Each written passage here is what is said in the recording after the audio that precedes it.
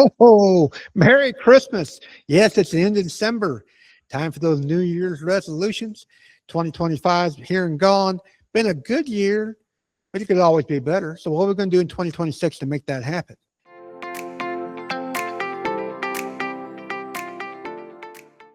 Every year, contractors and all kinds of people make ideas of what they want to happen in the next year. How can it be better? But we don't follow through on those things. So let's make this year the best yet. How is January going to be different for you? Let's look at your pricing, look at your clients, look at your stress level. One of the things we're going to do is we're going to increase the value of our clients' expectations, their experience that they're going to have. Was it good in 2025? Yeah, it's going to be absolutely wonderful in 2026. We bought some different softwares and so forth to implement. I love looking at this time of year, making changes and talking to the people, looking back actually on my clients. How could they experience more, increase the value of them? And that value means I get to raise my prices. Huh? That's right. So a lot of people don't do that. They make plans into 2026, January, and all those ideas we had went to shit. Why? Because everything's the same. Same clients, same stress, same bottlenecks, same exhaustion. Not this year. Okay? So what are we going to do? Well, first thing we're going to do is we're going to get all the stuff in our heads out on paper. In software, I don't care where it's at, but not in my head. There was a time where I used to schedule things. And then I'd tell somebody, hey, let's do this, let's do that. That ain't good. While I got all those ideas in my head, they need Chris. Chris is a bottleneck. Because what's happening when Chris is on the podcast right now? Somebody else got to be doing it. My phone's on Do Not Disturb. You got to have somebody else taking care of this stuff. Do they know how to do it? Absolutely. Make sure you get the right people to do that. But don't rely on your memory. I got all kinds of scheduling things on my phone because I will forget. And I know they'll forget. What happens if I forget to put a scheduling thing in my phone? Mm-hmm. Well, the software today make it a great thing that they're going to schedule. They can remind you of things. We were talking about doing blueprints the other day. And I got a great guy that does blueprints. And he actually does them by hand. That doesn't happen very often these days. But I got to watch him every now and then because he'll make that bathroom just a little too small for me to put the things I want in there. But with software, it automatically knows once you've set that, here's the parameter for a bathroom minimum, and you don't hit it, it's going to remind you and pop up and say, hey, this don't work. Those type of things that we need to get out of our heads that we know to make our jobs a lot smoother along the line. You got to raise your standards. That's number 2. So we're getting out of our heads, but we're going to raise our standards, and that's for our clients and ourselves. We're not just going to raise our prices. While I always talk about raising prices, it's important. I think we ought to raise our profits. That could mean prices. That could mean lowered cost, all that good stuff. But look at how we can increase the value to our clients, increase your standards, make a niche for yourself. That's the way you can increase your value, that this is what you do and what you only do. Improve how you communicate. That's a standard you can improve on all the time. Improve your sales communication. Improve your communication after the sale. Most people, if they just know more, if they know where they're at, I'm talking about the clients, I'm talking about your team. If you're communicating properly, it just becomes a better business in itself. That's all it's about. Communicate better with yourself, meaning your numbers. Are you getting at your numbers and getting them back to you on a standardized basis so you know what you're looking at? Numbers tell you a lot of things. Not only paper is a good thing, numbers are a good thing. Going out and checking on people, checking on those things. As a good leader, management by walking around is what we used to call it. Now, we got job sites. So management by driving around, just checking on things. The fact that people see you out there makes them feel warm and fuzzy inside. And I just don't want you wasting your time as far as just going to the job site, not doing something else that you should be doing. Don't get me wrong. But every now and then, get in and go and look at. If you don't have time, one of these new softwares we did, and this is one of the stuff we're doing, we take a lot of pictures. And we use those pictures for social media. We use those pictures now to communicate to the clients what's getting done. We got pictures all in this software, and you can see what they're doing. They get a real-time estimate of what's going on. They know exactly what's going to happen next time. And you know what that does for you? If you're communicating as a preemptive strike, those people aren't calling you. They're not wasting your time, but you're still giving them a good value. So you've increased your standard of your own time as far as what you plan to do and what you need to do with it. Contractors that grow are not the cheapest, but they are the clearest. They're clear in what they expect. They're clear in their standards. They're clear about what they want to do, what they don't want to do. They're clear on what their clients are going to receive and able to justify their prices to them. Number 3, stop identifying as the guy that does everything. We've talked about that before.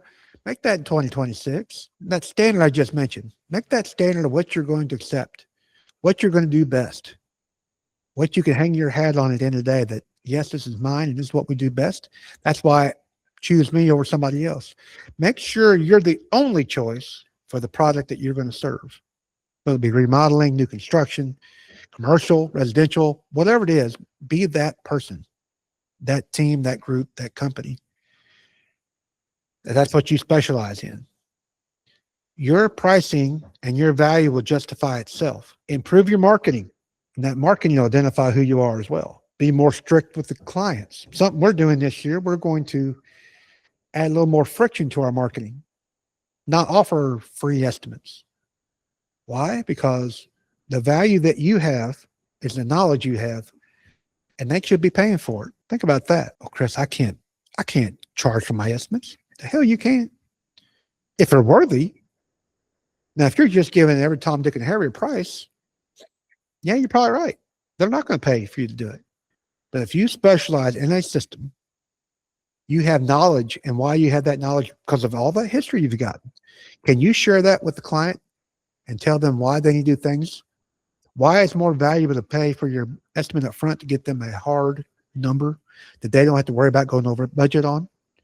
That they've thought about all the things you can do and how that you can build it even less expensive than their competitor because you've taken all the chances and worked out through the plans with them what they need. Just don't be everything to everybody. In 2026, you go from being a laborer to a leader. You're going to go from a firefighter to a planner.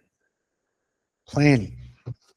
That's what I want you to do in 2026. Be a planner for your business. Be a planner for your clients. Be a planner for your team. How are you going to build that team? Who are you going to responsibilities to? Planning can go everywhere, not just from a plan on a house, a plan for your business, a plan for the customer to follow. And I'm not talking about building plans. I mean a plan of here's how things are going to happen, giving them a path that you're going to go down to produce their product for them. Last episode, we talked about clarity. If you can be clear to the client what they need, they will be clear that you're the right choice. Leadership is not about control, and being a good leader to your people, to your clients, even to yourself. You're going to get clarity, you're going to get direction, and therefore trust. You have to trust those. You want people to trust you, and it goes back and forth. Now, these aren't just tactics, because you can get tactics all day long if you go on YouTube and find out all kinds of ideas.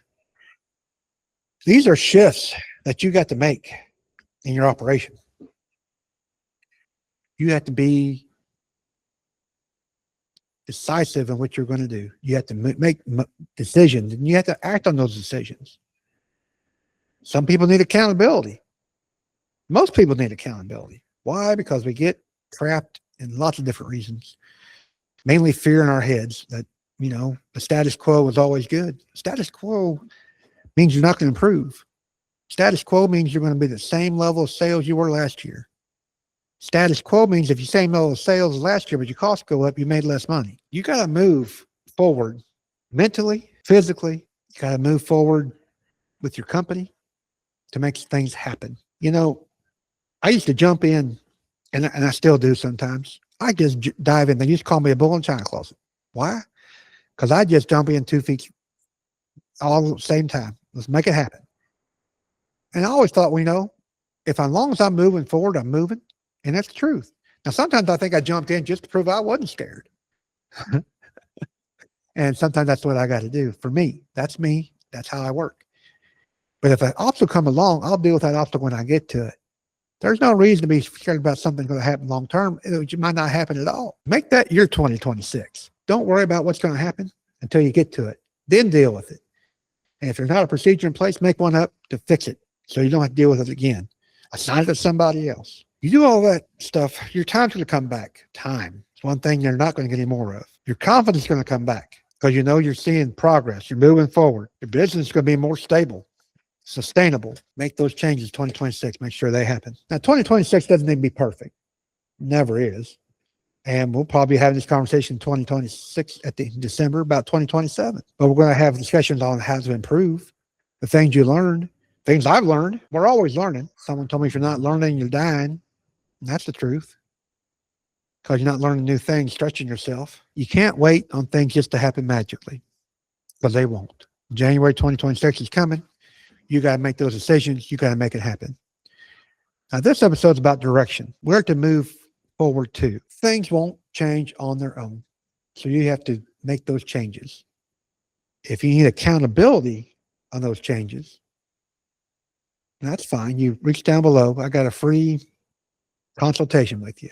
I said free as far as we're going to talk about what you need, what you think you need, see if I can help you anyway. Not going to charge you anything, but you know it's going to help you give direction for 2026. So down below, hit that link, get that free consultation, get your breakthrough session for 2026. Again, this is Chris G., Hard Hat CEO. God be with you till we meet again. Bye-bye.